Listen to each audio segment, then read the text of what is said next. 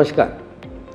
आज आपण आपले जे सिरियल्स आहेत आणि ज्याला आपण सिरियल आणि पल्सेस आणि याची जी पौष्टिकता आहे याच्याबद्दल बोलू.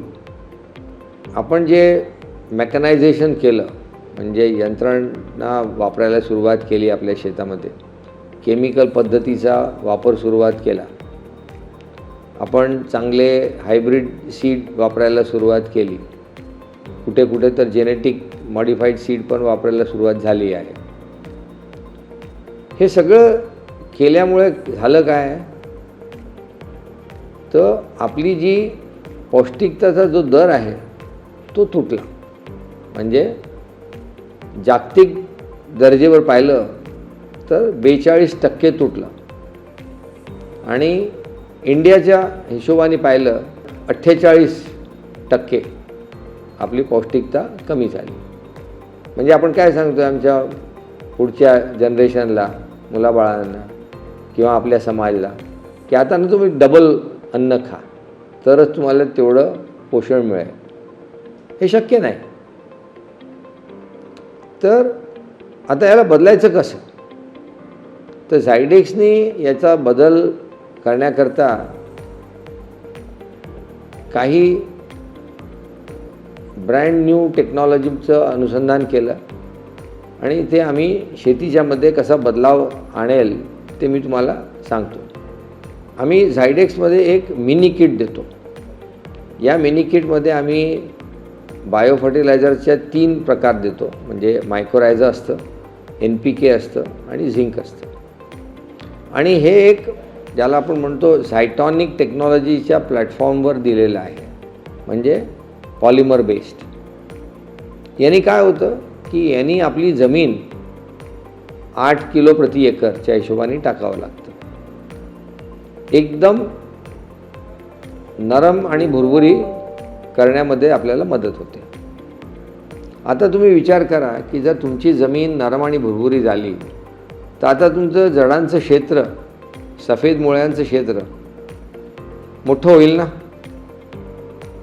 म्हणजे कमीत कमी दुप्पट, तिप्पट, चौपट होईल.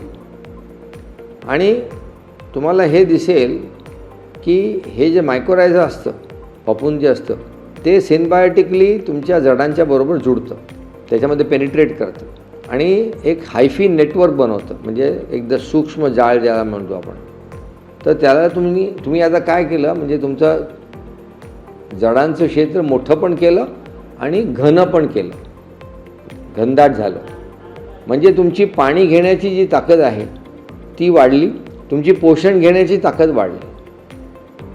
आता तुम्ही इमॅजिन करा जर तुमच्या जडांच्या क्षेत्रामध्ये सगळे विटॅमिन्स, एन्झाईम्स, अँटीऑक्सिडंट्स, प्रोटीन आणि पेप्टाइड्स आणि हे सगळे जे चांगले पदार्थ आहेत जे आपल्याला पोषण देतात, फायबर्स, हे सगळे मोठ्या प्रमाणात जेव्हा तयार होतात तर जर कमी पाण्यामध्ये जर ते असले, म्हणजे एक्सेस वॉटर नसलं तर तुम्हाला त्याच्यामध्ये चांगली घनता मिळते. म्हणजे कॉन्सन्ट्रेटेड सप्लाय मिळेल. म्हणजे तुमची न्यूट्रिशनल डेन्सिटी तुमच्या सिरियलमध्ये किंवा तुमच्या पल्सेसमध्ये वाढेल. हे झालं पाहिजे. दुसरं जे बदलाव आपण आणलेलं आहे की पानांमध्ये, फायलोस्फिअरमध्ये, म्हणजे जो आपल्या शेतामध्ये जे पानांचा जो घेर असतो, झाडांचा, दांड्या आहेत, पानं आहेत, याच्यामध्ये खूप ॲक्टिव्हिटी होते. फोटोसिंथेसिस होतं, बाकीच्या पुष्कळ प्रक्रिया होतात. तर यांना ॲक्सेलरेट करण्याकरता आम्ही एक झायटॉनिक सुरक्षा म्हणून आणलेलं आहे प्रोडक्ट. तर हे काय करतं की रात्री जे ओसाचं पाणी आपल्या शेतामध्ये येतं तर याची एक लेयर बनते. तर पॉलिमरची लेयर आणि एक जैविक झिंकची लेयर बनते आणि हे त्या दवाच्या पाणीला ओढून घेतं आणि याच्यामध्ये CO2 चांगला विरघळलेला असतो.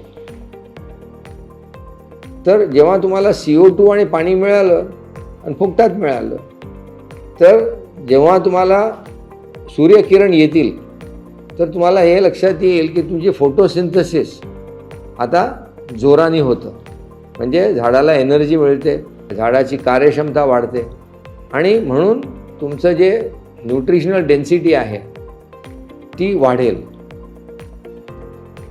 आणि हे दोन प्रकार मला वाटतं की आपला जो न्यूट्रिशनल इम्बॅलन्स आपल्या अन्नशृंखलेमध्ये आलेला आहे याला बरोबर करण्याकरता तुम्हाला मदत करेल.